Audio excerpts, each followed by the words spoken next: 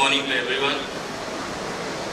First of all, my heartfelt thanks to ETH and Times of India Group and all the captains of industry present here, the organizers, the sponsors, ladies and gentlemen. I think we are on the cusp of making things so different as a country, as an economy, as all of you as captains of industry for the whole world. Today, as we look at different things evolving, when we talk of supply chain management, when we talk of our economy growing, when we talk of the current situation what we are facing, how are we going to overcome challenges? How are we going to cross the threshold and be the best amongst the best in the world? As you know, in every sphere, whether it is business, whether it is industry, as a world we are nothing but a huge global village with the type of tools and communication available, with the dissemination of information which goes so fast, as things happen so fast. But we have managed and we have met these challenges in the past. I recollect what happened after the sanctions were imposed after the Pokhran blast. India can never be dictated. Thereafter we faced another very difficult challenge, where we were wondering, where are we heading with the headwinds against us, like COVID-19? We faced the challenge. We came out of it. And thereafter, as all of us know, perhaps unpredictable sometimes, today we are facing tariffs from America, supposed to be our very friendly partner. And it makes a lot of sense for us to be together. I don't want to dwell into that. But what I want to simply say, all these challenges have brought anew something from the great citizens of our country, from industrialists, from economists, from businessmen, from the ordinary folk, from small-time traders, from big businessmen. All of them have ultimately risen to the challenge and given us something new, reinventing themselves, repositioning themselves in the changing geopolitical world. We have to readapt and adapt ourselves to the new situation that is there before us. And as we do this, it is not an easy task. Our strength is each one of you. Our strength is every industrialist. Our strength is every businessman. Our strength is everyone contributing in the great task of nation building. Sometimes we think the task of nation building is left to us politicians. Whether you are a prime minister or a chief minister, or whether you are a councillor or a corporator or a sarpanch or a village pradhan. No, the great task of nation building is with each one of us. Today, why are we the 5th largest economy? Today, why are we being looked upon by the entire world, the entire business community? Why are they looking at the new inventions, the low cost of producing certain things, like the satellites, which we perhaps do at 1/10 of the cost of what other nations do? In fact, they are asking us to launch their satellites. Such a changed scenario. But remember one thing, to do this, ultimately it needs leadership. Just as in your organizations, just as in your industry, sometimes one or two people make the difference. They are the real leaders who make the things move. The entire chain moves thereafter in a manner which helps build up things. Today on this very platform, I want to say, It is our destiny.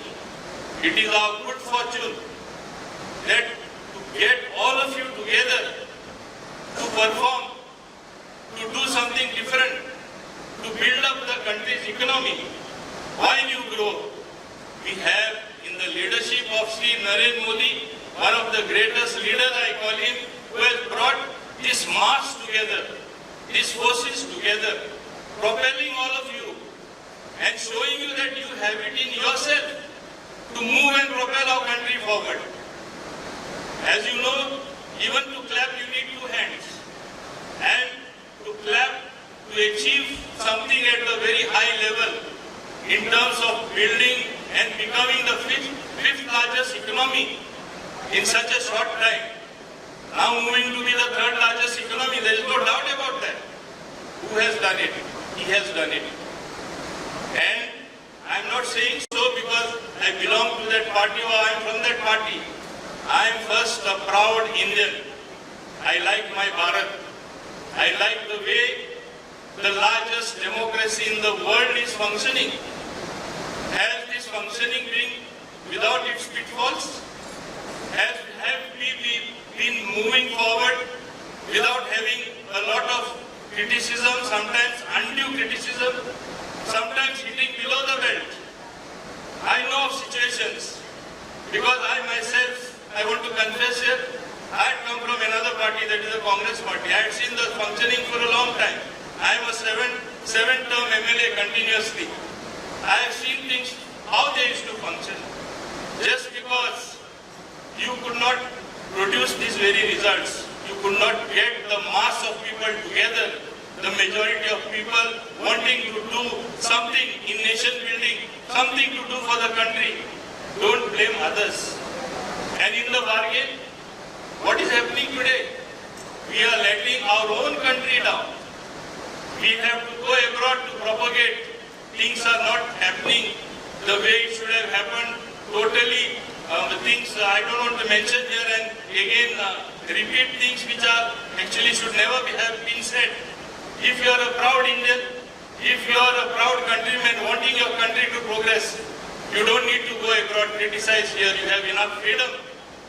There is a situation now that it sometimes shows lack of faith in institutions which for a long time have been so strong in our largest functional democracy. We should be proud of it. Today we have started to attack those very institutions. This also impacts the thinking of people. This also impacts the good planning that happens even in industry. Sometimes you would wonder what will happen next, because so much of negativity is being propagated that you wonder whether positivity will prevail.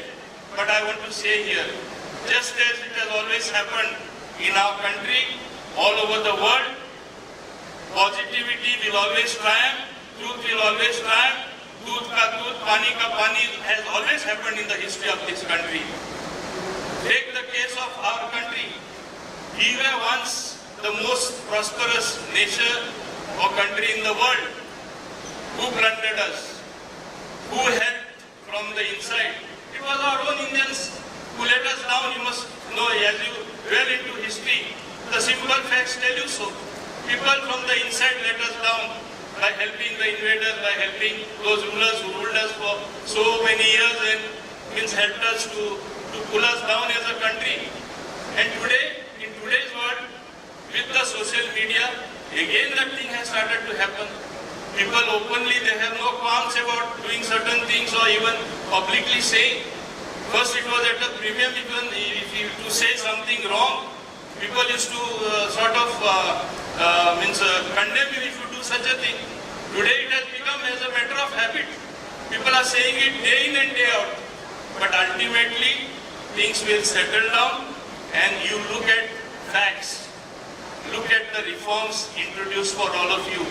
Look at the number of decisions that have been taken where it has helped to open out the economy, open out to FDI, open out to big companies coming and collaborating.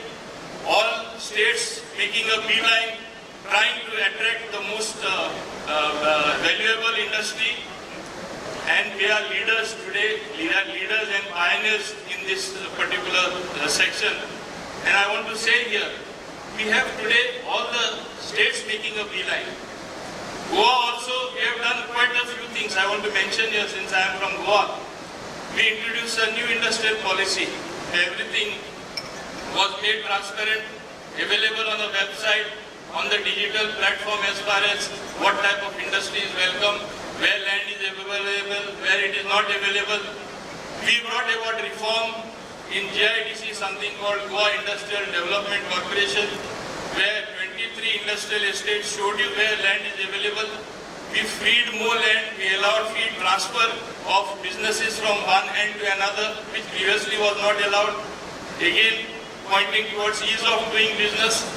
We brought in a new warehousing and logistics policy. And I'm very happy to be here at this conference where you're talking of supply chain management and logistics. Is there a better place than Goa to manage the logistics from there? COVID taught us a new thing. What did COVID teach us? That you can work from home. And your corporate offices, as I would all like to invite you from this forum, when I speak to industrialists, wherever I go, I tell them, you can do business anywhere in the world, whether in a country abroad, whether in any state. They are forthcoming, they are welcoming, they offer you so many incentives. But there is nothing more than doing business with pleasure. In Goa, you can do business, you can work hard the whole week, and you can relax at the weekend or end of the day. So Goa, it is doing business with pleasure. And I look forward to the day when my state, located in a very strategic location, we have two ports. No, we have one of the most natural ports, Mumbai Port Authority. We have two airports, one in the north, that is the Manohar International Airport, which is newly launched 3 years ago. And then we have Double-M International Airport, which is located in the south. So one airport in the north, one airport in the south. Double-M is the constituency from where I hail from where I have been elected 7 times continuously. I look forward towards only one dream. If a country, it is a country, I don't want to copy anybody, but I'm just mentioning two countries, Singapore, Dubai, what were they? Just mounds and mounds of sand. Today, how it has transformed. I look forward to a dream. In my part of Goa and my part of the western region, Goa can turn into the largest logistical hub for warehousing and logistics. That is, I look forward to. I look forward to a situation, more corporates come and set up their headquarters there. We would be willing to welcome you with open arms. What happened during COVID-19 was so many good thinkers, writers, producers, businessmen, they came to be safe away from COVID. They rented out houses, they bought places, and they stayed there. After the habit of that isolation of a couple of years, today they are residents of Goa, and more people are coming. Of course, this leads to another problem. They say, oh, we are becoming a minority, people from outside are becoming a majority. This thing happens elsewhere as well. It happens in countries as well. So this is not something what we have to give too much heed to. We are such a country, we are, as I call it sometimes, when people talk of success of some smaller countries, just one or two small things they achieve, wow, that country has done this. Are you forgetting that India, you are like a combination of so many countries put together? Such diverse languages, such different religions, different food, different habits, yet we are together as one Bharat, as one India. We should feel proud of that. And which is the area, you please tell me, where we have not progressed? Which is the area we are lacking? Today, with the progressive policies of our Honorable Prime Minister Shri Narendra Modi, we are progressing, we are moving forward in every sector. Just one example perhaps I would vividly quote. When we went with Chandrayaan 3 to the southernmost part of the moon. It was no mean achievement. It showed where we stand. Recently, our astronaut went to space and came back successfully. We are now planning to have a planned mission going to space and perhaps much more. So we are that country with that much of potential. And remember, this potential comes from each one of you. You yourself can be a propeller of something great to happen. And I have one thing to say about Goa when I talk of my dream being achieved of making it the largest logistical or warehousing destination. Because there is an argument, I don't know, some of you may be from Kerala as well, some industrialists who have settled here. Their tag is when they promote tourism, they say God's own country. But I tell them, Kerala may be God's own country, but don't forget a beautiful place like Goa, God-blessed place by nature, by greenery, by good beaches, by good churches, by good temples. It is where the gods dwell in Goa. This is what I tell them. So please come and make Goa your logistical hub. And that is what is going to pay in the long run. So these are things which we are seeing it happening in Goa. But of course, as you know, when you have a lot of good things happening, the bad things also sometimes creep in. And today we have the social media platform. Instead of being used for very positive things, you also must be encountering the same thing. Overnight we have some people becoming editors, forget being chief reporters and all that. They propel and they propagate whatever they want. And sometimes you wonder, this is the truth of confusing the minds of the people. But ultimately, the truth comes to the fore and people realize that this is not to be taken too seriously. They themselves will lose credibility, it will take time. And that's why at ETH function when I am present here, I am very happy to be amidst you, expressing my thoughts. I have great dreams for my country as well. I look forward not only as soon to be the third largest economy growing in terms economically, I look forward to the times when there is going to be something for everybody. Inclusivity, which is already happening, so many millions of people being lifted above the poverty line, which was never the case before. Today, remember one thing, we are blessed to have a young population in India. Most of them are youth. The challenge before you should be, how are we going to channelize this energy in the great task of nation building? And that is what is the key. How you are going to utilize them? You have to skill them, you have to upskill them, you have to train them with the new challenges like AI coming. You will lose some jobs, but you will also gain some jobs. People thought that if computers come, there will be no jobs for anybody. All jobs will be done by computers. That never happened. It is ultimately our challenge to use AI to our advantage, to see that we are the best in the world. And we were always the best. Only one last thing what I want to say and I will want to remember. India was at one time, Bharat was at one time, really a very strong country. All the knowledge we had. Why did some invaders, only one thing what I very vividly always remember, burn books, knowledgeable books, destroy the infrastructure at the Nalanda University. How many of you know it? Because that was all knowledge. Today, what you talk after great scientific study or great rocket science which is spoken about today, which is propagated today, it was available in books in text at that point of time. That was how great our country was. Today, when our Honorable Prime Minister is trying to make efforts to get us to that, in that direction, and show us how great we were, even he is being covered. But he is never a person to tolerate such things or take it as setback. He is rather using it as greater stepping stones to more success for our country. And he never looks after success for himself. He wants his citizens to be strong. He wants the country to be strong. He wants our economy to grow. He wants the youth to get good jobs. He wants every woman to be strong. And that's how he has propagated his policies. If I elucidate those policies, even of the central government, it will look like I have come to propagate something of what the government is doing. So I don't want to get in that domain. I would like to end by saying the reforms that we have been introducing stage by stage is already producing results. The reforms that are slowly seeping into your own planning, your own strategic things that you are doing is ultimately going to produce good results. The recent reforms in GST, everyone should have applauded it. Instead, what are some people who always say something negative?